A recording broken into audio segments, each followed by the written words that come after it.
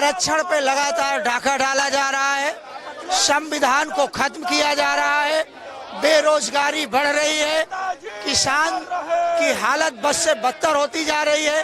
तो ये सारे मुद्दों को लेकर के, बेरोजगारी के खिलाफ, किसानों के हक के लिए, SIR को लेकर के आज हम लोग मुखर होकर के लड़ाई लड़ रहे हैं।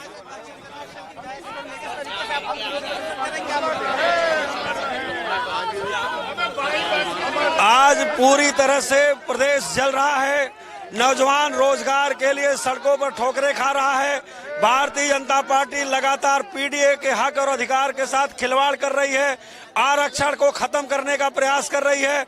हम समाजवादी पार्टी के लोग, चूंकि उत्तर प्रदेश के अंदर सरकार सवालों का जवाब देना नहीं चाहती है, इसलिए हम लोगों ने निर्णय लिया है कि जब तक सवालों का जवाब नहीं मिलेगा तब तक सरकार का हम लोग पुरजोर विरोध करते रहेंगे।